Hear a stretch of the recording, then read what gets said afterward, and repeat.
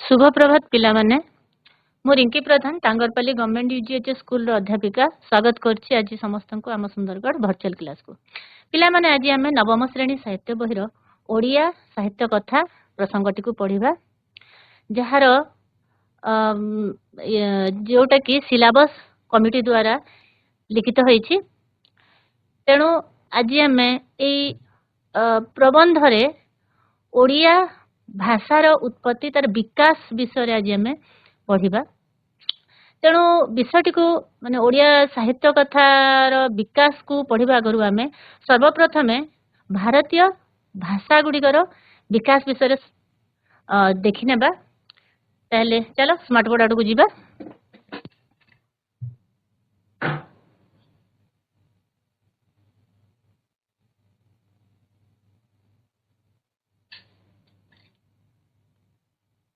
आम जेते गुड़िए भाषा अच्छी सबु भाषा रो मूल होउछि संस्कृत भाषा।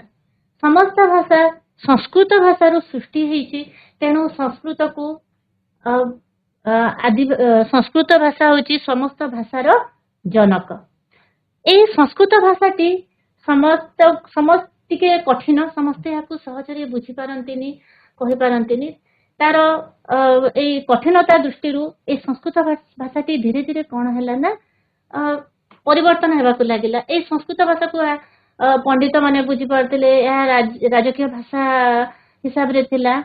तेणु यार कठिनता दृष्टि क्रमे क्रमे कौन है ना परिवर्तन होगा लगिला। ता सरलीकृत होगा लगिला। संस्कृत भाषा सृष्टि है पाली भाषा। ये पाली भाषा रे बौद्ध भिक्षु माने बौद्ध धर्मर प्रचार है। पाली भाषा परे सृष्टि है प्राकृत भाषा। जैन धर्मावलंबी माने ए प्राकृत भाषा को व्यवहार करी तांको जैन धर्मर प्रचार प्रसार कले। प्राकृत भाषा परे सृष्टि है अर्धमागधी, सौरसेनी, महाराष्ट्री, गांधारी, मागधी एवं अपभ्रंश भाषा। पिला माने देखुथबो अपभ्रंश भाषा शेषटी होची ए अपभ्रंश भाषारू सृष्टि हेछि हम ओडिया लिपि। आमे जो लेखुछु ओडिया लिपिटा ए अपभ्रंश भाषारू ही सृष्टि होइछि। लिपि तो तुम जानथबो लिपि आम व्याकरण रे अछि। लिपि होछि वर्ण। तेणु ओडिया लिपि बाहरिबार अनेक वर्ष परे कोन हैला ना ओडिया लोक साहित्य देखिबाकू मिलिला। लोक साहित्य लोक साहित्य कहले कौन? लोक साहित्य होछि जो कृषक कृषि काम कला बेले कृषि काम करुथे एवं गुणु गुणु गुणु करी गीत गाउथे। ता गीत गाई गाई कि से ता चाष काम करुथे। माटी ता छुआ को सुआइला बेले गीत गाउथांती। झियोटिए बाहाला समय रे जो गीत गाई कि कांदी कांदी की जो गीत गाउथे कांदणा जोटा को कांदणा गीत गाई गाई कि जो कांदु थाए ताहा सब होछि आम लोक साहित्य। तेणु ये लोक साहित्यर जनक किए सृष्टि किए बोली कहले आमे जणे व्यक्ति बोली कहि परिबा नहीं। ए लोक साहित्यर सृष्टा होचते समस्त जन समाज। समस्त लोक माने ए ओडिया लोक साहित्य को सृष्टि करिसंती। एहा कथित रूप एहार लिखित रूप नहीं। एहा लेखा माध्यम रे बाहरी नथिला। सेते बेले लोक माने निजर मनर कथा को गीत माध्यम रे से माने प्रकाश करथिले। गाई गाई कि से माने समस्त को सुनाउथिले जणाउथिले निजर मन कथा से माने गाई की मन को खुशी करबा लागि से माने निजर समय को अतिबाहित करबा पई जो गाउथिले गीत माध्यम रे गाउथिले ताहा हथिला आम लोक साहित्य। ए लोक ओडिया लोक साहित्य बाहरिबा परे अनेक वर्ष परे ओडिया लिखित साहित्य सृष्टि हैला। लिखित साहित्य कौन ना जोटा लिखित रूप लेखा माध्यम रे जो बाहरिला। लोक साहित्यटा कथित रूप थिला ता मौखिक थिला कथित रूप थिला। परे लिखित साहित्य वाला ताहा थिला लेखा रूप। आम ए ओडिया लिखित साहित्यटा मार्जित रूप थिला माने एहा कौन ना शुद्ध रूप थिला। तो ए ओडिया लिखित साहित्य को आम ओडिया भाषा रे सर्वप्रथमे लेखा आरंभ होइतिला पंचदश शताब्दी रे। 1500 शताब्दी रे प्रथमे ओडिया भाषार लिखित रूप बाहरी थिला। के बाहर करथिले से विषय रे हमें पढ़िबा परवर्ती।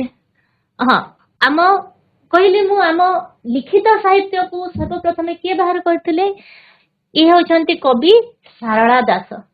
ये सर्वप्रथमे आम ओडिया भाषा रे ଲେଖା ଆରମ୍ଭ କରିଥିଲେ କେବେ ନା ପଞ୍ଚଦଶ ଶତାବ୍ଦୀରେ ଇଏ ସର୍ବପ୍ରଥମେ ଓଡ଼ିଆ ଭାଷାରେ ଲେଖା ଲେଖି ଆରମ୍ଭ କରିଥିଲେ, କାବ୍ୟ କବିତା ରଚନା କରିଥିଲେ। ତେଣୁ ଯେହେତୁ ସିଏ ସର୍ବପ୍ରଥମେ ଓଡ଼ିଆ ଭାଷାରେ ଲେଖା ଆରମ୍ଭ କରିଥିଲେ, କାବ୍ୟ କବିତା ରଚନା ଆରମ୍ଭ କରିଥିଲେ, ସାହିତ୍ୟ ରଚନା ଆରମ୍ଭ କରିଥିଲେ, ତେଣୁ ତାଙ୍କୁ ଆଦି କବି ବୋଲି କୁହାଯାଏ। ଆଦି ଅର୍ଥ ହଉଛି ପୂର୍ବ। ସର୍ବପ୍ରଥମ କବି ଥିଲେ ଆମ ଆଦିକବି ସାରଳା ଦାସ। ସାରଳା ଦାସ ସର୍ବପ୍ରଥମେ କାବ୍ୟ କବିତା ଓଡ଼ିଆ ଭାଷାରେ ରଚନା ସାହିତ୍ୟ ସୃଷ୍ଟି କରିଥିଲେ, ସେଥିପାଇଁ ତାଙ୍କୁ ଆଦିକବି ବୋଲି ଉପାଧି ଦିଆଯାଇଛି। ଆମ ସାରଳା ଦାସ ବିଷୟରେ ଚାଲ କିଛି ଜାଣିନେବା। ସାରଳା ଦାସଙ୍କର ଜନ୍ମ ହେଉଛି ପଞ୍ଚଦଶ ଶତାବ୍ଦୀରେ। ତାଙ୍କର ପ୍ରକୃତ ନାମ ସାରଳା ନଥିଲା, ତାଙ୍କର ପ୍ରକୃତ ନାମ ଥିଲା ସିଦ୍ଧେଶ୍ୱର ପରିଡ଼ା। ସେ କେମିତି ସିଦ୍ଧେଶ୍ୱର ପରିଡ଼ାରୁ ସାରଳା ଦାସ ହେଲେ ସେ ବିଷୟରେ ଆମେ ପଢିବା। ତାଙ୍କର ଜନ୍ମ ହେଉଛି ଜଗତସିଂହପୁର ଜିଲ୍ଲାର ଝଙ୍କଡ ଗ୍ରାମରେ। ସିଏ ଏକ କୃଷକ ପରିବାରରେ ଜନ୍ମ ହେଇଥିଲେ। ତାଙ୍କ ବୃତ୍ତି ଥିଲା ଚାଷ କାମ। ସିଏ ଅନେକ ସାହିତ୍ୟ ରଚନା କରିଥିଲେ। ଓଡ଼ିଆରେ ସିଏ ମହାଭାରତ ରଚନା କରିଥିଲେ, ଯାହା ଥିଲା ତାଙ୍କର ସର୍ବପ୍ରଥମ ଗ୍ରନ୍ଥ। ଚଣ୍ଡୀପୁରାଣ ରଚନା କରିଥିଲେ, ଯୋଉ ଆମ କଣ କି ମା ମହିଷାସୁର, ଦୁର୍ଗା ମା ଯୋଉ ମହିଷାସୁରକୁ ବଧ କରିଥିଲେ, ମହିଷାସୁର ବଧ ଉପରେ ଚଣ୍ଡୀପୁରାଣରେ ସେ ବହୁତ ସୁନ୍ଦର ଭାବରେ ବର୍ଣ୍ଣନା କରିଛନ୍ତି। ଆଉ ଥିଲା ତାଙ୍କର ବିଚିତ୍ର ରାମାୟଣ। ତାଙ୍କୁ ଆଦିକବି ବୋଲି ଉପାଧି ମିଳିଛି। କଣ ପାଇଁ ମିଳିଛି ଆଦିକବି ଉପାଧି? ମୁଁ ତ କହିସାରିଛି। ଶୂଦ୍ରମୁନି ବୋଲି ତାଙ୍କୁ କୁହାଯାଏ। ଏ ବିଷୟରେ କହିବା। ତାଙ୍କୁ ମାଟିର ମହାକବି ବୋଲି ମଧ୍ୟ କୁହାଯାଏ। ସିଏ ଓଡ଼ିଶାର ମାଟି, ପାହାଡ, ମନ୍ଦିର, ନଦୀ, ଅରଣ୍ୟ, ଜନପଦ, ଜାତି, କିମ୍ବଦନ୍ତୀ ଆଦି ବିଷୟରେ ସିଏ ଲେଖାଲେଖି କରୁଥିଲେ। ତେଣୁ ତାଙ୍କୁ ମାଟିର ମହାକବି ବୋଲି ମଧ୍ୟ କୁହାଯାଏ। ତାଙ୍କୁ ଶୂଦ୍ରମୁନି ବୋଲି କୁହାଯାଏ। କଣ ପାଇଁ ନା ସିଏ କଣ ନା ମା ସାରଳା, ଦେବୀ ସାରଳାଙ୍କର ଭକ୍ତ ଥିଲେ। ସେ ମା ସାରଳାଙ୍କ ସେ କହୁଥିଲେ, ତାଙ୍କର ଲେଖାରେ ସିଏ ଦର୍ଶାଇଛନ୍ତି, ସେ ମା ସାରଳାଙ୍କର କୃପାରୁ ସାହିତ୍ୟ ରଚନା କରିପାରିଲେ। ସେଥିପାଇଁ ସେ ମା ସାରଳାଙ୍କର ଭକ୍ତ ଥିଲେ। ସେ ନିଜକୁ ମା ସାରଳାଙ୍କର ଦାସ ବୋଲି କହୁଥିଲେ। ତେଣୁ ତାଙ୍କୁ ଶୂଦ୍ରମୁନି ବୋଲି କୁହାଯାଏ। ଶୂଦ୍ର ମାନେ କିଏ? ଯେଉଁମାନେ ଅନ୍ୟମାନଙ୍କର ସେବା କରନ୍ତି ତାଙ୍କୁ ଶୂଦ୍ର କୁହାଯାଏ। ଯେହେତୁ ସେ ମା ସାରଳାଙ୍କର ଭକ୍ତ ଥିଲେ, ସେବକ ଥିଲେ, ସେ ମା ସାରଳାଙ୍କର ସେବା କରୁଥିଲେ, ତେଣୁ ସେ ନିଜକୁ ମା ସାରଳାଙ୍କର ସେବକ ବୋଲି କହୁଥିଲେ, ନିଜକୁ ଶୂଦ୍ର ବୋଲି ସେ ବିବେଚନା କରିଥିଲେ। ତାଙ୍କ ସାହିତ୍ୟ କୃତିର ବିଶେଷତ୍ୱ କଣ ନା ସେ ଓଡ଼ିଶାର ମାଟି, ମନ୍ଦିର, ମୁଁ କହିସାରିଛି, ମାଟିର ନଦୀ, ଅରଣ୍ୟ ଏସବୁ ବିଷୟରେ ସେ ଲେଖାଲେଖି କରୁଥିଲେ। ତେଣୁ ତାଙ୍କୁ ମାଟିର ମହାକବି ବୋଲି କୁହାଯାଏ। ଆଉ ସେ ଲୋକ ବିଶ୍ୱାସକୁ ନେଇ ମଧ୍ୟ ରଚନା କରୁଥିଲେ। ଏଇ ସେ ଯୋଉ ଓଡ଼ିଆ ମହାଭାରତ ଯୋଉ ରଚନା କରିଛନ୍ତି, ତାହା ସଂସ୍କୃତ ମହାଭାରତ। ବ୍ୟାସଦେବ ଯୋଉ ସଂସ୍କୃତରେ ମହାଭାରତ ରଚନା କରିଥିଲେ, ସେଇ ସଂସ୍କୃତ ମହାଭାରତର ତାହା ଅନୁବାଦ ନୁହେଁ, ତାର ଫଟୋକପି ନୁହେଁ, ତାର ଜେରକ୍ସ ନୁହେଁ। ସେଟା ଥିଲା ତାଙ୍କର ଅନୁସୃଷ୍ଟି, ତାଙ୍କର ନିଜର ରଚନା। ତାହା ଥିଲା ତାଙ୍କର ନିଜର କଣ କ୍ରିଏଟିଭିଟି। ସେ ତାଙ୍କର ସେ ନିଜେ ନିଜର ଅନୁଭବକୁ ନେଇ, ସେ ନିଜର କ୍ରିଏଟିଭିଟିକୁ ନେଇ ସେ ମହାଭାରତକୁ ଓଡ଼ିଆରେ ରଚନା କରିଥିଲେ। ସମ୍ପୂର୍ଣ୍ଣ ରୂପେ ସଂସ୍କୃତ ମହାଭାରତକୁ ସେ ଉତାରି ନଥିଲେ, ଅନୁବାଦ କରିନଥିଲେ। ଉଡ୍ର ଜାତୀୟତାବୋଧର ସେ ହେଉଛନ୍ତି ପ୍ରଥମ ରୂପକାର। ଉଡ୍ର ଓଡ଼ିଶାର ଜାତୀୟତାବୋଧର ଆମ ଆଦିକବି ସାରଳା ଦାସ ହେଉଛନ୍ତି ପ୍ରଥମ ରୂପକାର।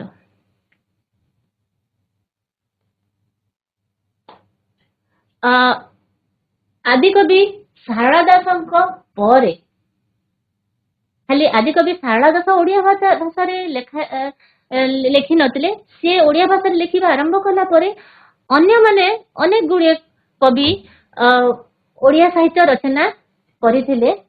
ସେମାନେ ହେଉଛନ୍ତି କିଏ ନା ଯଶୋବନ୍ତ ଦାସ, ଇଏ ହେଉଛନ୍ତି ଯଶୋବନ୍ତ ଦାସ, ବଳରାମ ଦାସ, ଶିଶୁ ଅନନ୍ତ ଦାସ, ଜଗନ୍ନାଥ ଦାସ, ଅଚ୍ୟୁତାନନ୍ଦ ଦାସ।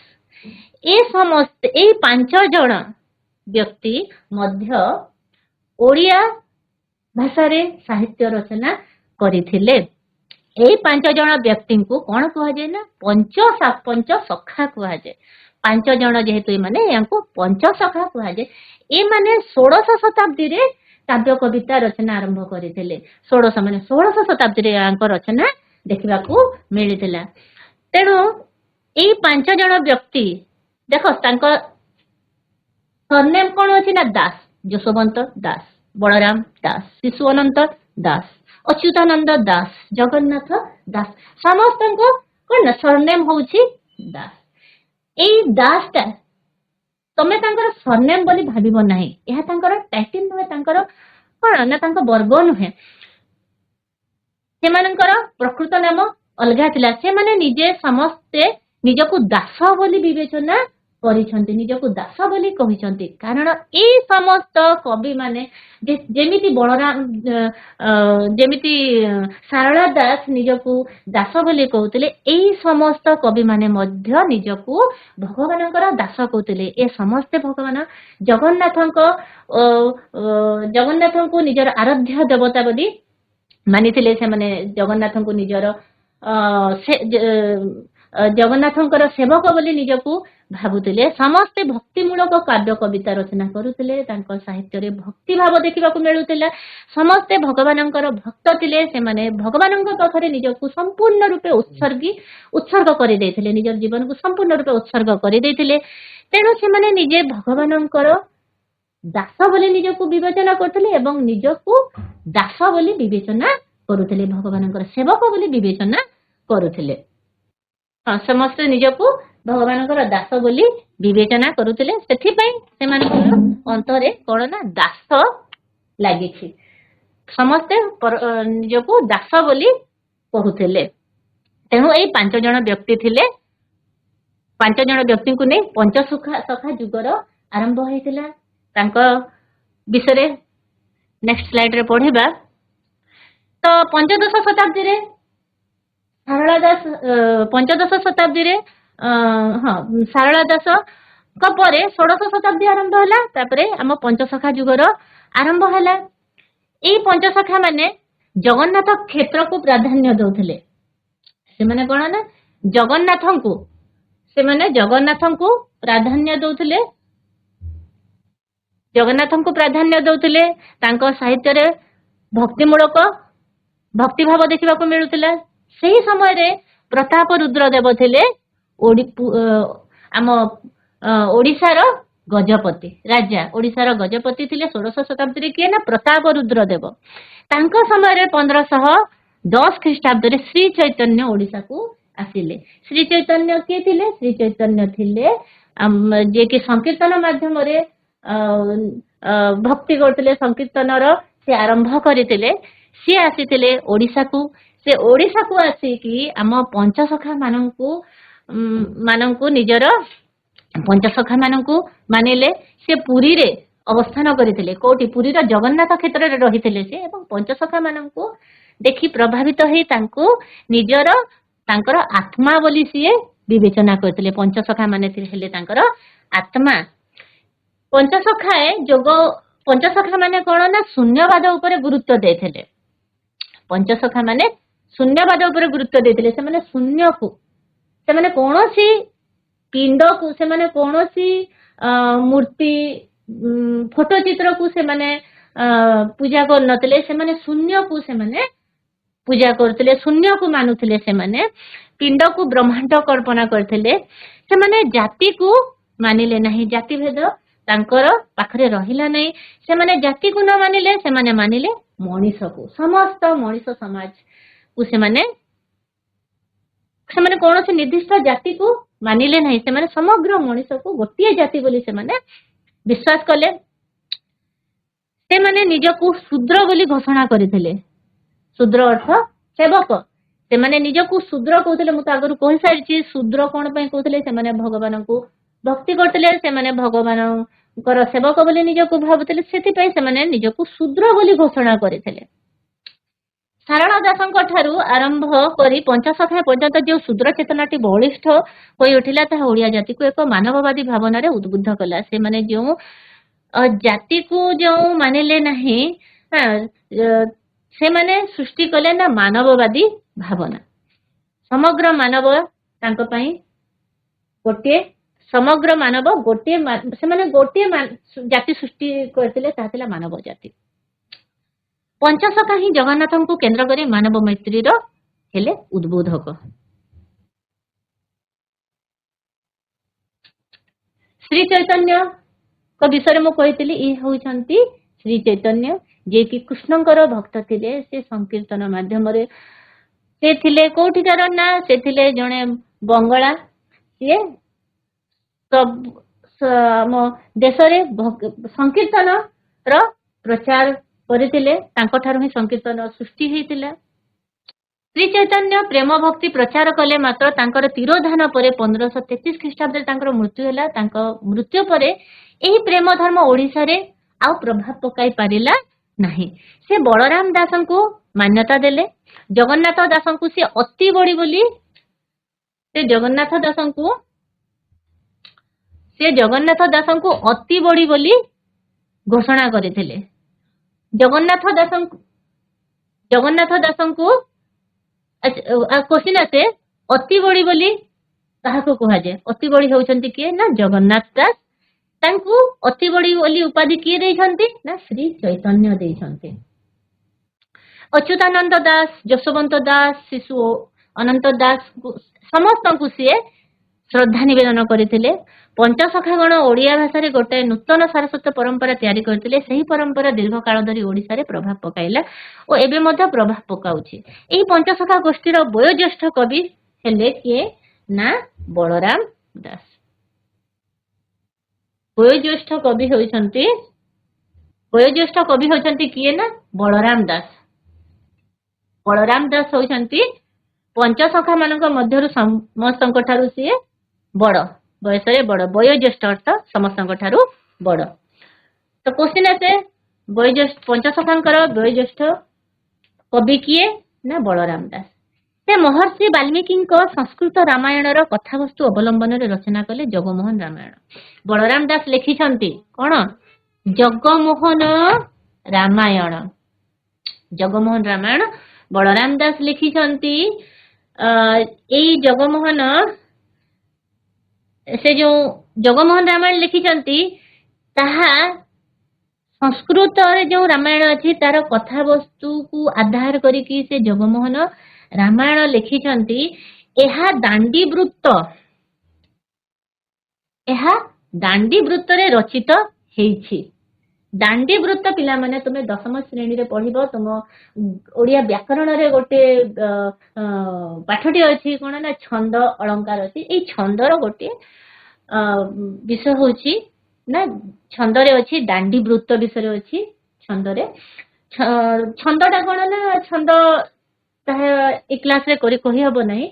छंद होछि माने कविता लिखिबार शैली आमे शैली कहि परिबा स्टाइल कहि परिबा कविता लिखिबार। तो यही जगमोहन रामायणटा दांडी वृत्त रे दांडी शैली रे लिखित होइतिला तेणु एहाकू दांडी रामायण बोली कुहा जाय। दांडी रामायण जगमोहन रामायण को दांडी रामायण बोली काहे की कुहा जाय काहे कि ना एहा दांडी वृत्त रे रचित होइतिला। सारला दासଙ୍କ महाभारत परी बलराम को रामायण ओडिया मानकर अति आपणार होई पारिथिला। एथिरे मूल रामायणर कथावस्तु चरित्र सहित अनेक काल्पनिक कथा चरित्र वर्णित थिला। सी मध्य आम रामायण को अनुवाद माने संपूर्ण रूपे अनुवाद करि नथिले। से ताहा थिला ए रामायण थिला ना तांकर अनुसृष्टि से निजर कल्पना एथिरे भर्ती करथिले निज कल्पना को एथिरे देखैथिले। एथिरे मूल रामायणर कथावस्तु चरित्र सहित से निजर काल्पनिक कथा चरित्र मध्य एथिरे से वर्णना करिसंती। बलरामंकर लक्ष्मी पुराण बलराम दास लक्ष्मी पुराण लिखिसंती। लक्ष्मी पुराण पिला माने तो समस्त जानुथबो आम मार्गशीर मासरे गुरुवार दिन माने जो माण बसांती लक्ष्मी पूजा जो हुए से दिन समस्त गृहिणी माने लक्ष्मी पुराण को गाई थांती। तो ये लक्ष्मी पुराण को किए सृष्टि करछंती ना बलराम दास सृष्टि करछंती। लक्ष्मी पुराण स्रष्टा होचंती बलराम दास। लक्ष्मी पुराण अन्य एक पुराण ग्रंथ जहा तांकर मौलिक सृष्टि। मार्गशीर मास गुरुवार दिन यह ग्रंथ को ओडिया घरर नारी माने लक्ष्मी पूजा कला बेले भक्ति सहकारे पाठ करती। यही पुराणटी लक्ष्मी पुराण कौन करे ना जाति भेद को विलोप करे। लक्ष्मी पुराण रु आमे कौन शिखा पाचे ना लक्ष्मी पुराण को जाति भेद लोप करने कथा शिक्षा मिलूँ। यह नारी और पुरुषों पवित्र संपर्क लक्ष्मी पुराण रे नारी और पुरुषर पवित्र संपर्क विषय में लिखित अच्छी माँ लक्ष्मी एवं प्रभु जगन्नाथंकर पवित्र संपर्क विषय अच्छी वर्णित अच्छी एवं ए कौन से नारी स्वतंत्रता देखा मिले ये लक्ष्मी पुराण रे माँ लक्ष्मी को जिते बड़े प्रभु जगन्नाथ घर विताड़ित करदे अवस्था कौन है परवर्ती अवस्था कौन है ताहा लक्ष्मी पुराण रे बहुत सुंदर भाव में वर्णित अच्छी। यही लक्ष्मी पुराण रु हमको नारीर स्वाधीनता नारीर स्वतंत्र विषय हमको देखा मिले। ताहा सहित बलराम दास रचना करिसेंती भाव समुद्र बट अवकाश गुप्त गीता ब्रह्मांड भूगोल बहुभोजन जनाण कोइली और मालिका। आ गोटे कथा पिला माने ए लक्ष्मी पुराण रे नारी स्वतंत्रता देखा मिले। ता सहित कौन ना ये लक्ष्मी पुराण जाति भेद को विलोप करिथाए। माँ लक्ष्मी जेते बेले कौन शूद्र घर को जाइतिले स्त्रिया चांडालुणी घर को जाइतिले तांको प्रभु जगन्नाथ तिरस्कार करथिले। माँ लक्ष्मी गोटे चांडालुणी घर को जाई तांको घरे सीए कौन आतिथ्य नहीं पारिथिले। तेणु आमको लक्ष्मी पुराण जाति भेद लोप करने कथा शिखाई थाए। पंचसखार आउ जड़े कवि होउछंती जगन्नाथ दास। ये होउछंती जगन्नाथ दास। जगन्नाथ दास संस्कृत साहित्यर जड़े पंडित थिले। से संस्कृत भाषा रे लेखुतिले। से प्रभु जगन्नाथंकर भक्त थिले। तांका जीवन रे अनेक अलौकिक घटना घटितिला। तांकर प्रसिद्ध ग्रंथ होउछि कोन ना भागवत। व्यासदेवंकर संस्कृत भागवत को से सरल ओडिया भाषा रे नवाक्षरी वृत्तर अनुवाद करथिले।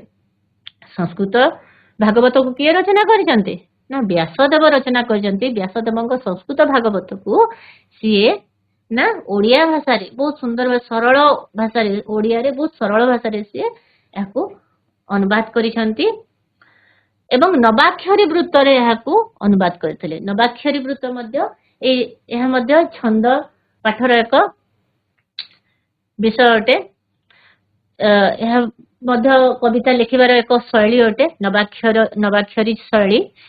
यही ग्रंथर लोकप्रियता एते बढ़िला जे ओडिशार ग्रामे ग्रामे भागवत टुंगी प्रतिष्ठा हैला। भागवत आम प्रत्येक गाँ रे ओडिशार प्रत्येक गाँ रे प्रत्येक घरे भागवतर आदर बढ़ीगला। एते बेसी आदर बढ़ीगला जे प्रत्येक गाँ रे भागवत टुंगी प्रतिष्ठा होगा। समस्ते भागवत टुंगी बनइले। समस्ते संध्या लोक मैंने गाँ समस्त लोक मैंने भागवत टुंगी रे बसी भागवत आलोचना कले। ता सहित निजर सुख दुख सेठी जणैले। भागवत को साक्षी रखी से माने तांको गाँर गंडगोल मध्य समाधान कले। भागवत चाहिदा एते बढ़ीगला जे भागवत टुंगी होगला तांको पई न्याय सदृश। जगन्नाथ दासंक भागवत मूल भागवतर आक्षरिक अनुवाद नुहे। सी संस्कृत भागवत को संपूर्ण रूपे उतारी नथिले। अनुसृष्टि थिला। स्थले स्थले से निजर मौलिकता प्रदर्शन करिसंती। भागवत ओडिया जातिर जीवनर वेद हेगला। ओडिया जातिर जीवनर वेद हैला कोन ओडिया जातिर जीवनर वेद हैला भागवत। यह व्यतीत जगन्नाथ दास मध्य रचना करछन्ती। आ कोन लिखिछन्ती जगन्नाथ दास अर्थ कोइली तुलाभिणा बहु भजन जणाण मालिका चौपदी चौतीस इत्यादि। पंचसखांक मध्य रे आउ जणे सिद्ध कवि होउछन्ती जशोवंत दास। आउ जणे पंचसखांक दुई जनक विषय पढ़ला बलराम दास जगन्नाथ दास। आउ जणे होउछन्ती जशोवंत दास। तांकर विभिन्न रचना मध्य गोविंद चंद्र हेउछि प्रधान। अच्युतानंद दास पंचसखांक मध्य बलिष्ठ कवि प्रतिभार अधिकारी थिले। श्री चैतन्य उपदेश क्रमे जशोवंत दास कौन ना अच्युतानंद दास कौन ना श्री चैतन्य उपदेश रे सनातन गोसाई अच्युतानंद को दीक्षा प्रदान करथिले। अच्युतानंद दास श्री चैतन्य उपदेश सनातन गोसाई ठारू दीक्षा लाभ करथिले। सनातन गोसाई हेले श्री अच्युतानंद दासंकर गुरु। सनातन गोसाई हेले अच्युतानंदंकर गुरु। कहा उपदेश अच्युतानंद सनातन गोसाई को निजर गुरु करथिले ना श्री चैतन्य उपदेश। हरिवंश तांकर प्रसिद्ध पुराण ग्रंथ। हरिवंश होची एक पुराण जहाँकि अच्युतानंद दास लिखिछन्ति। से जणे मालिकाकार भावरे ओडिसा रे सुपरिचित। तांकर रचना मानक मध्यरे शून्य संहिता, अणाकार संहिता, अकलित संहिता, शून्यरास, महाशून्यरास, वृंदारास, ठोल शून्यरास इत्यादि इत्यादि प्रधान। शिशु अनंत दासंक रचनावली मध्यरे हेतुदय भागवत, चुंबक आगत, भविष्य मालिका, भजन और जणाण आदि प्रधान थिला। सारला दास ओडिया भाषा रे प्रथमे शक्ति परीक्षा करथिले। अर्थात सारला दास सर्वप्रथमे ओडिया भाषा रे लिखिबा आरंभ करथिले। से ओडिया साहित्य रे जो भित्ति स्थापन करिगले ताहारी उपरे पंचसखाए ओडिया साहित्यर नाना सुदृश्य वृक्षरोपण कले। से माने पुराण, गीता संहिता, भजन, जणाण आदि रचना कले। तेणु पंचसखाए हो गले ओडिया जातिर अत्यंत श्रद्धार पात्र। से माने श्री जगन्नाथ को इष्टदेव भाव में ग्रहण कले। आगु कही भगवान जगन्नाथ से सेवक थिले। भगवान जगन्नाथ हेले तांकर इष्टदेव। धर्मगत संकीर्णता को से माने अतिक्रम करिगले। से माने धर्म को मानिले नहीं, कौन से निर्दिष्ट धर्म को मानिले नहीं। से माने गोटे धर्म को मानिले, ताहा थिला मानव धर्म, मानविकता धर्म को से माने मानिले। धर्मगत संकीर्णता को से माने लोप करिगले। से माने पुणी हेले सामाजिक विप्लवी। समाज रे से माने विप्लव आनिदेले। जातिभेद को से माने दूर करिदेले। समस्त मनुष्य जाति को से माने एक करिदेले। तेणु से माने हेले समाजर विप्लवी। उच्च जाति और निम्न जाति भितर से माने भेदभाव को दूर करदेले एवं से मानक मध्यरे एकता स्थापन करले। सारला दासंक समकाल माने तांको समय रे बत्सा दास कहिकरी जणे बत्सा दास, कलसा चौतीसा एवं मार्कंड बत्सा दास लिखिले कौन ना कलसा चौतीसा और मार्कट दासंक केशव कोइली पर्यंत जो कोइली कविता प्रभाव विस्तार करि आसीथिला ताहा मध्ये पंचसखा को अनुप्राणित करिछि। तेणु जगन्नाथ दास केशव कोइलीर टीका रचना करिसंती अर्थ कोइली कविता रे। बत्सा दासंक चौतीसा ही सेमानंकु नाना चौतीसा रचना करने को प्रेरणा देछि। एमाने जो चौतीसा गुड़िक जो रचना कले ता बत्सा दासंक ठारू सेमाने प्रभावित होइकी रचना कले। बलराम दासंकर कांत कोइली मध्य उल्लेख योग्य।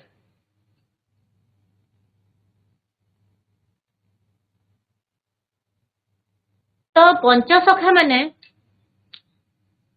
आदिकवि सारला दासंक ठारू आरंभ करी पंचसखा पर्यंत जो कवि माने थिले समस्ते भक्तिमूलक काव्य कविता रचना करथिले, भक्तिमूलक साहित्य रचना करथिले। तांको साहित्य रे भक्ति भाव देखिबाकू मिलुथिला। 16 शताब्दी पर्यंत कोन ना भक्ति भाव देखिबाकू मिलला। तापरे कोन हैला ना ओडिसा राजनीति रे अवक्षय देखा पंचसखांक समय ओडिसा राजनीति रे अवक्षय देखा माने ओडिसा राजनीति कौन क्षतिग्रस्त हेबाकू लागिला। सही समय प्रताप रुद्र देव समय रे जेतेबेले ओडिसा सेतेबेले ओडिसा गजपति किए थिले ना प्रताप रुद्र देव। तो प्रताप रुद्र देव समय रे दाक्षिणात्य इतिहास पढ़िथिबो।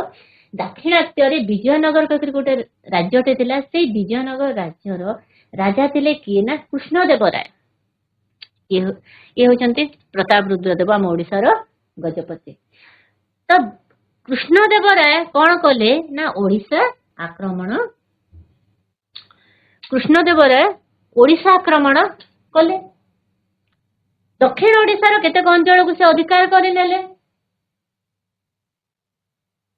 तो ओडिसा रे जो आम गजपति जे कि आम ओडिया थिले कृष्ण कौन कि कृष्णदेव राय जेते बेले ओडिसा को अधिकार करनेले ओडिसा रे ना अन्य कौन अन्य वंशर राजत्व आरंभ हैला। तापरे उत्तर रे मुसलमान माने ओडिशा को आक्रमण कले। कृष्णदेव राय अधा तो नहीं गले ओडिशा को, तापरे मुसलमान माने मध्य ओडिशा को आक्रमण कले।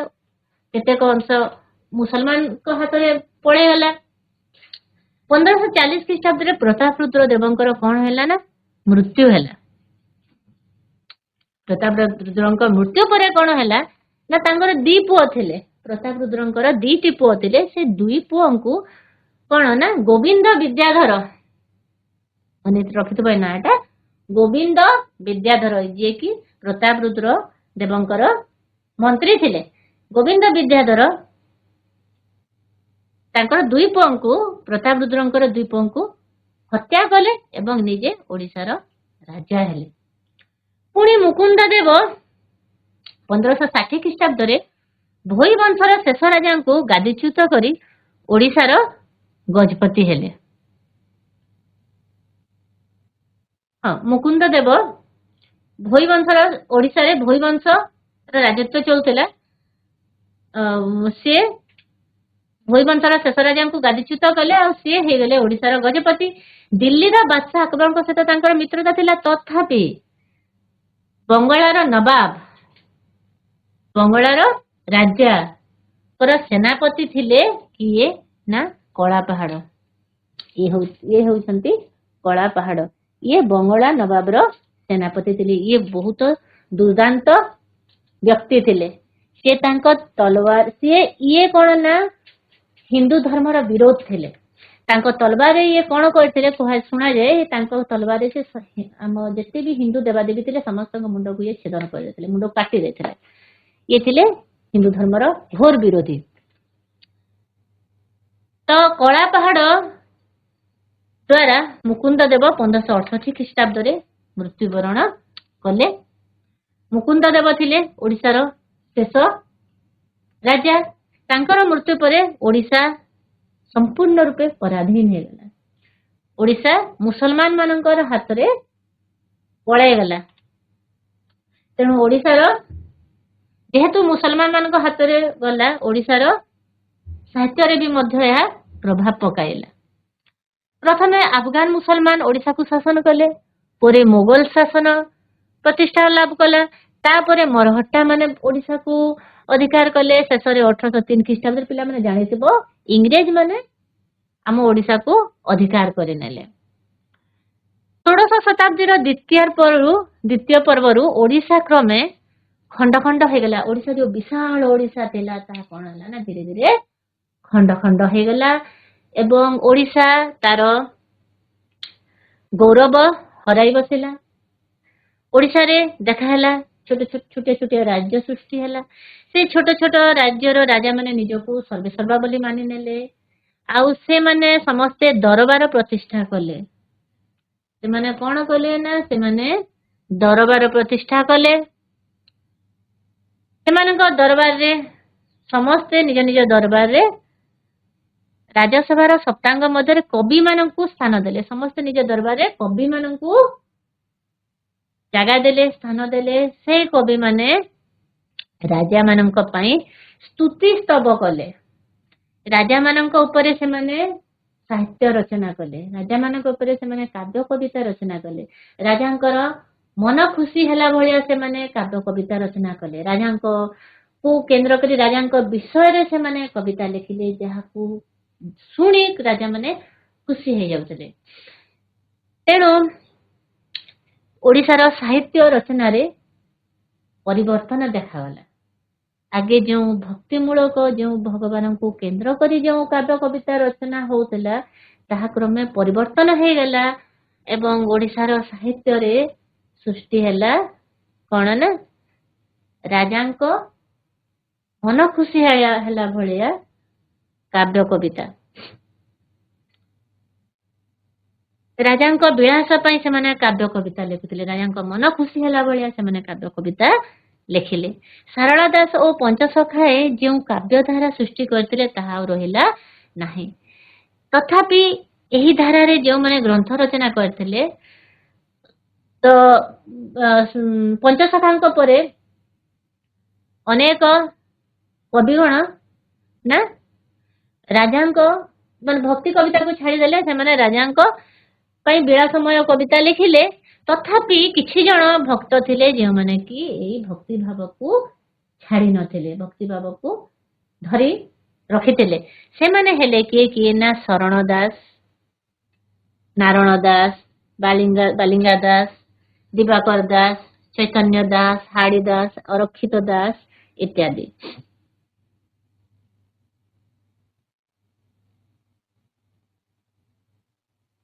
ପଞ୍ଚସଖାଙ୍କ ଦ୍ୱିତୀୟ ପର୍ଯ୍ୟାୟରୁ ଓଡ଼ିଆ ଭାଷାରେ କାବ୍ୟ ରଚନା କରାଯିବାର ନୂତନ ପରମ୍ପରା ସୃଷ୍ଟି ହେଲା। ମୁଁ କହିଥିଲି ଯେ ପଞ୍ଚସଖାଙ୍କ ଦ୍ୱିତୀୟ ପର୍ଯ୍ୟାୟରୁ କାବ୍ୟ କବିତାର ମୋଡ କଣ ହେଲା ନା ପରିବର୍ତ୍ତନ ହେଲା, କାବ୍ୟ କବିତାର ମାର୍ଗ ପରିବର୍ତ୍ତନ ହେଲା। ତ ସେମାନେ ଏକ ନୂତନ ପରମ୍ପରା ସୃଷ୍ଟି କଲେ। ଇତି ପୂର୍ବରୁ ଦ୍ୱାଦଶ ଶତାବ୍ଦୀରେ ଜୟଦେବ ସଂସ୍କୃତ ଭାଷାରେ ରଚନା କରିଥିଲେ ଗୀତ ଗୋବିନ୍ଦ। ଗୀତ ଗୋବିନ୍ଦର ରଚନାକାର କିଏ ଥିଲେ ନା ଜୟଦେବ। ଏହା ଆସେ ଏଟା ଏମସିକ୍ୟୁରେ ଆସେ ଏଟା।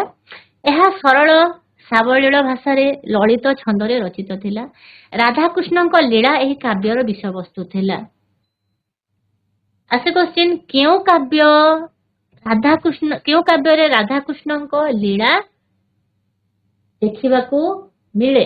या फिर କେଉଁ ରାଧାକୃଷ୍ଣଙ୍କ ଲୀଳା କେଉଁ କାବ୍ୟର ବିଷୟବସ୍ତୁ ଥିଲା? କେଉଁ କାବ୍ୟ ନା ଗୀତ ଗୋବିନ୍ଦ କାବ୍ୟର ବିଷୟବସ୍ତୁ ଥିଲା। ଗୀତ ଗୋବିନ୍ଦ କାବ୍ୟର ବିଷୟବସ୍ତୁ ଥିଲା କଣ ନା ରାଧାକୃଷ୍ଣଙ୍କ କାବ୍ୟ ଲୀଳା, ରାଧାକୃଷ୍ଣଙ୍କ ଲୀଳା। କାବ୍ୟ ଯୁଗରେ ଏହି କାବ୍ୟର ଭାଷା ଓ ଛନ୍ଦ ବିଶେଷ ଭାବରେ ପ୍ରଭାବ ପକାଇଥିଲା। ଷୋଡଶ ଶତାବ୍ଦୀର ତୃତୀୟ ଦଶନ୍ଧିରେ ଅର୍ଜୁନ ଦାସ ସର୍ବପ୍ରଥମେ ରାମ ବିବାହ କାବ୍ୟ 1529 ଖ୍ରୀଷ୍ଟାବ୍ଦରେ ରଚନା କଲେ। ସେ କଳ୍ପଲତା ଶୀର୍ଷକ ଏକ କାଳ୍ପନିକ କାବ୍ୟ ଲେଖିଥିଲେ। ଅର୍ଜୁନ ଦାସଙ୍କ ଠାରୁ ହିଁ ପୌରାଣିକ ଓ କାଳ୍ପନିକ କାବ୍ୟ ରଚନାର ଏକ ନୂତନ ପରମ୍ପରା ସୃଷ୍ଟି ହେଲା। ଷୋଡଶ ଶତାବ୍ଦୀର ମଧ୍ୟଭାଗରୁ ସପ୍ତଦଶ ଶତାବ୍ଦୀର ମଧ୍ୟଭାଗ ପର୍ଯ୍ୟନ୍ତ ପ୍ରାୟ ଦୀର୍ଘ 100 ବର୍ଷ ଧରି ଯେଉଁ କାବ୍ୟଧାରାର ପ୍ରଚଳିତ ହେଲା ତାହା ସ୍ୱଳ୍ପ ଅଳଙ୍କାର ପ୍ରୟୋଗରେ ରଚିତ ହୋଇଥିଲା। ଆଗେ ଯେଉଁ କାବ୍ୟ କବିତା ଗୁଡା ଯେଉଁ ରଚନା କରୁଥିଲେ, ଯେଉଁ ପଞ୍ଚସଖା ମାନେ ଯେଉଁ କାବ୍ୟ କବିତା ରଚନା କରୁଥିଲେ ତାହା ସେଥିରେ ଅଳଙ୍କାର ଅଳ୍ପ ଥିଲା, ଏତେ ମାତ୍ରାରେ ଅଳଙ୍କାର ନଥିଲା।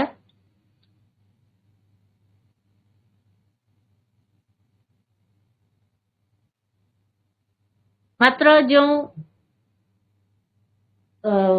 ନୂତନ ଯେଉଁ ସାହିତ୍ୟ ରଚନା ଯେଉଁ ଆରମ୍ଭ ହେଇଥିଲା, ଯେଉଁ ରାଜାଙ୍କର ବିଳାସ ପାଇଁ ଯେଉଁ କାବ୍ୟ କବିତା ରଚନା ଆରମ୍ଭ ହେଲା ସେଥିରେ ବହୁ ମାତ୍ରାରେ ଅଳଙ୍କାର ଦେଖିବାକୁ ମିଳିଥିଲା। ବିଭିନ୍ନ ରାଗ ରାଗିଣୀର ବ୍ୟବହାର କରାଯାଇ କାବ୍ୟକୁ ହୃଦୟଗ୍ରାହୀ କରିବାକୁ ଚେଷ୍ଟା କରାଗଲା। ଆଲୋଚ୍ୟ ସମୟରେ ଦନେଇ ଦାସଙ୍କ ଗୋପୀ ଭାଷା, ବାଳକ ଶ୍ରୀହରି ଦାସଙ୍କ ମୟୂର ଚନ୍ଦ୍ରିକା,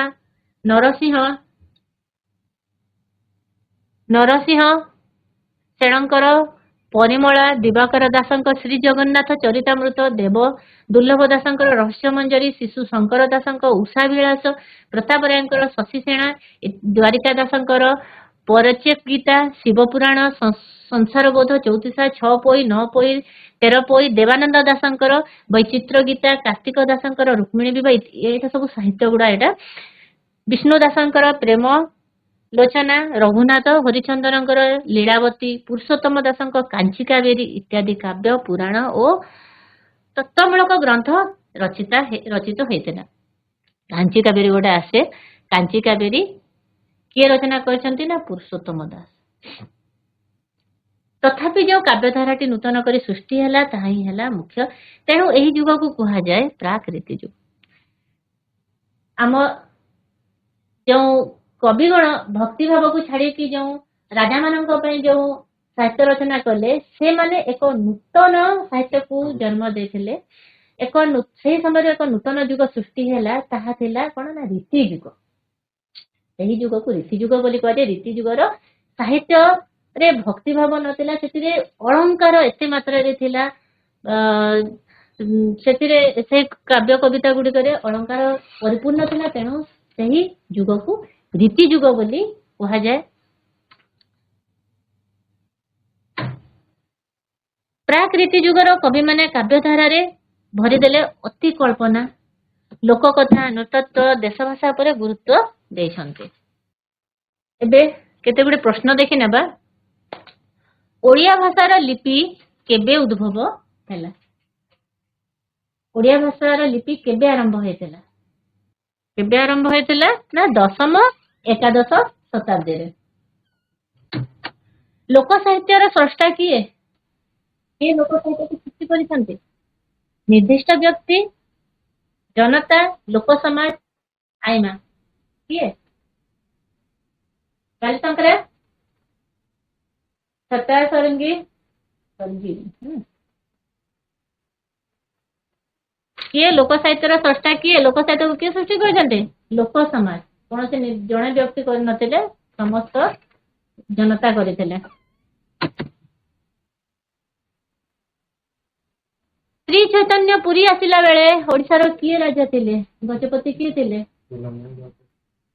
नीलमणि Das high school Nilamani girls high school. Option D Purushottam Dev. ना श्री चैतन्य आसिला बेले ओडिशार गजपति थिले प्रताप रुद्र देव। पट अवकाश ब्रह्मांड भूगोलर लेखक किए? अच्युतानंद दास, बलराम दास, यशोवंत दास, जगन्नाथ दास। हरिहर स्कूल बलराम दास। मुकुंद देवଙ୍କ କାହା ସହିତ ମିତ୍ରତା ଥିଲା? शेर शाह, बाबर, अकबर, हुमायूं। मुकुंद देव କାହା ସହିତ ମିତ୍ର ହେଇଥିଲେ? କାହା ସହିତ ନା ଆକବରଙ୍କ ସହିତ। ଇଂରେଜ ମାନେ କେବେ ଓଡ଼ିଶା ଅଧିକାର କରିନେଲେ? 1904, 1803, 1806 ମସିହା, 1807 ମସିହା। କୋଏଲ ବିଦ୍ୟାପୀଠ 1803 ଭେରି ଗୁଡ୍ 1803 ମସିହାରେ। କାହାକୁ ମାଟିର ମହାକବି କୁହାଯାଏ? ଅଲେଗରା ହାଇସ୍କୁଲ ସାରଳା ଦାସ। ଗୁଡ୍ ବସିବା। ସାରଳା ଦାସ। ଲକ୍ଷ୍ମୀ ପୁରାଣ କେଉଁ କବିଙ୍କର କୃତି? କିଏ ଲକ୍ଷ୍ମୀ ପୁରାଣ ଲେଖିଛନ୍ତି? Balaram Das. Option A Balram Das. Very good Balaram Das. କବି ଜଗନ୍ନାଥ ଦାସ କେଉଁ ଉପାଧିରେ ଭୂଷିତ ହୋଇଥିଲେ? ଏଟା ଉପାଧ୍ୟ ନୁହେଁ। କେଉଁ ଉପାଧିରେ ଭୂଷିତ ହୋଇଥିଲେ? ଅତି ବଡି। ହଁ ଅତି ବଡି। କବି ଜଗନ୍ନାଥ ଦାସଙ୍କୁ ଅତି ବଡି ଉପାଧି କିଏ ଦେଇଥିଲେ? ଶ୍ରୀ ଚୈତନ୍ୟ। ଅପ୍ସନ୍ ଘ ଶ୍ରୀ ଚୈତନ୍ୟ। ହଁ ଅପ୍ସନ୍ ଘ ଶ୍ରୀ ଚୈତନ୍ୟ। ପଞ୍ଚଦଶ ଶତାବ୍ଦୀରେ ଓଡ଼ିଶାର ଗଜପତି କିଏ ଥିଲେ? ପ୍ରତାପ ରୁଦ୍ର ଦେବ। କପିଳେନ୍ଦ୍ର ଦେବ। ସାରଳା ଦାସ କେଉଁ କାବ୍ୟର ପ୍ରଣେତା ନୁହନ୍ତି? ମାନେ ସାରଳା ଦାସ ସୃଷ୍ଟି କରିନାହାନ୍ତି। ଶ୍ରୀମଦ୍ ଭାଗବତ ନା ଚଣ୍ଡୀ ପୁରାଣ ନା ମହାଭାରତ ନା ବିଲଙ୍କା ରାମାୟଣ। ସାରଳା ଦାସ ସୃଷ୍ଟି କରିନାହାନ୍ତି। ଚଣ୍ଡୀ ପୁରାଣ। କଣ ନା ଶ୍ରୀମଦ୍ ଭାଗବତ। ସାରଳା ଦାସ ଶ୍ରୀମଦ୍ ଭାଗବତ ଲେଖିନଥିଲେ। ଓଡ଼ିଆ ଭାଷାର ଆଦି କବି କିଏ? ସାରଳା ଦାସ। ଅପ୍ସନ୍ ଗ ସାରଳା ଦାସ। ସାରଳା ଦାସ ଗୁଡ୍। ଓଡ଼ିଆ ଭାଷାର ଆଦି କବି ଥିଲେ। ସାରଳା ଦାସ ଜଗତସିଂହପୁର ଜିଲ୍ଲାର କେଉଁ ଗ୍ରାମରେ ଜନ୍ମ ହୋଇଥିଲେ? ଅପ୍ସନ୍ କ ଝଙ୍କଡ। Very good. ଝଙ୍କଡରେ ସିଏ ଜନ୍ମ ହୋଇଥିଲେ। କେତେ ଶତାବ୍ଦୀରେ 5 ଜଣ ସନ୍ଥଙ୍କର ଆବିର୍ଭାବ ହେଇଥିଲା? ଚତୁର୍ଦ୍ଦଶ, ପଞ୍ଚଦଶ, ଷୋଡଶ, ସପ୍ତଦଶ।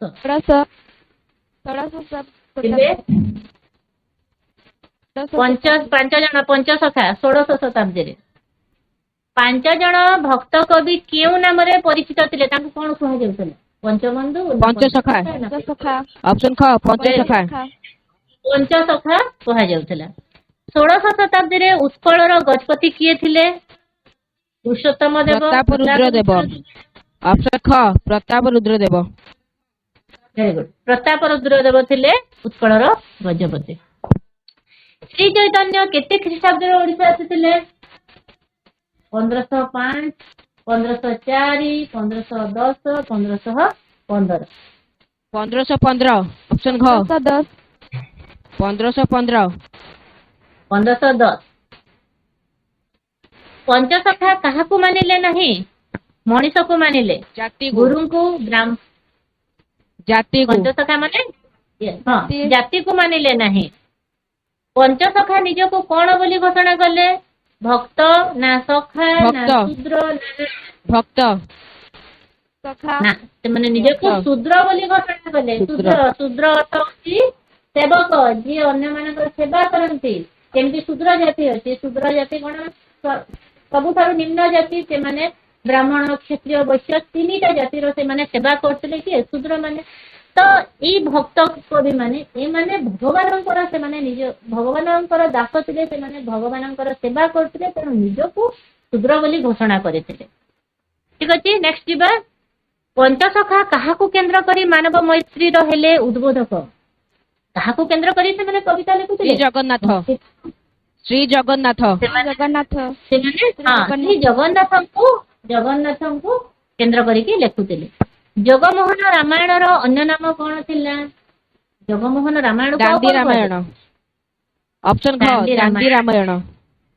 କାହିଁକି ନା ଦାଣ୍ଡି ବୃତ୍ତରେ ଏହା ରଚିତ ଥିଲା, ତେଣୁ ଏହାକୁ ଦାଣ୍ଡି ରାମାୟଣ ବୋଲି କୁହାଯାଏ। ଓଡିଶାରେ ଶ୍ରୀ ଚୈତନ୍ୟ କେବେ ଭକ୍ତି ପ୍ରଚାର କରିଥିଲେ? ଓଡିଶାରେ ଶ୍ରୀ ଚୈତନ୍ୟ କେବେ ଅପସନ ଗ କୃଷ୍ଣ ଭକ୍ତି। ସରି କେବେ ନାହିଁ, ହଁ କେଉଁ ଭକ୍ତି ପ୍ରଚାର କରିଥିଲେ? କୃଷ୍ଣ ଭକ୍ତି ପ୍ରଚାର କରିଥିଲେ। ଶ୍ରୀ ଚୈତନ୍ୟ କୃଷ୍ଣଙ୍କର ଭକ୍ତ ଥିଲେ। କେତେ ମସିହାରେ ଶ୍ରୀ ଚୈତନ୍ୟଙ୍କର ମୃତ୍ୟୁ ହେଇଥିଲା? 1530, 10, 1533। ଅପସନ ଘ 1533। 1533 ରେ। ପଞ୍ଚସଖା ଗୋଷ୍ଠୀର ବୟୋଜ୍ୟେଷ୍ଠ କବି କିଏ ଥିଲେ? କିଏ ସମସ୍ତଙ୍କ ମଧ୍ୟରୁ ବଡ ଥିଲେ? ଅପସନ ଗ ବଳରାମ ଦାସ। ବଳରାମ ଦାସ। ଅପସନ ଗ ବଳରାମ ଦାସ। ବଳରାମ ଦାସ ଥିଲେ ସମସ୍ତଙ୍କ ଠାରୁ ବଡ। ଜଗମୋହନ ରାମାୟଣର ରଚୟିତା କିଏ?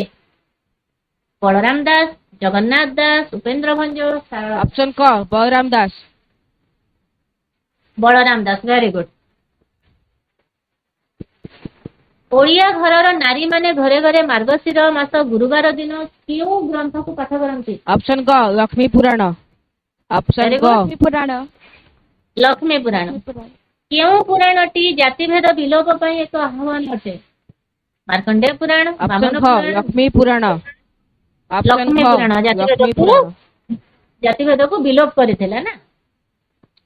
ନେକ୍ସଟ ହଁ ପିଲାମାନେ କିଛି ଗୁଡା ଏକ ଗୃହ କାର୍ଯ୍ୟ ଦିଆଯାଇଛି। ମାର୍ଗଶିର ଗୁରୁବାରରେ ଗାନ କରାଯାଉଥିବା ଲକ୍ଷ୍ମୀ ପୁରାଣ ଗୀତଟି ର 4ଟି ପଦ ଲେଖିବା। ପିଲାମାନେ ଆମେ ଯୋଉ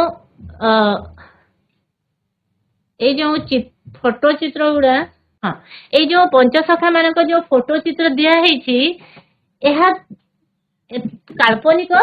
ଏଇ ଯୋଉ ଫଟୋ ଚିତ୍ର ଗୁଡା ଦିଆହେଇଛି ଏହା ମାନେ ତାଙ୍କର ଆକ୍ଚୁଆଲି ଫଟୋ ନୁହେଁ, କାହିଁକି ନା ସେ ସମୟରେ ଫଟୋ ଉଠାଇବାର ବ୍ୟବସ୍ଥା ନଥିଲା। ଏହା ଅନୁମାନ କରିକି ଫଟୋ ଏଟା ଚିତ୍ର ଦିଆହେଇଛି। ତ ପିଲାମାନେ ସମସ୍ତେ ଆଜିର ପାଠରେ ବହୁତ ଭଲ ଭାବରେ ସହଯୋଗ କରିଥିବାରୁ ସମସ୍ତଙ୍କୁ ଅଶେଷ ଅଶେଷ ଧନ୍ୟବାଦ।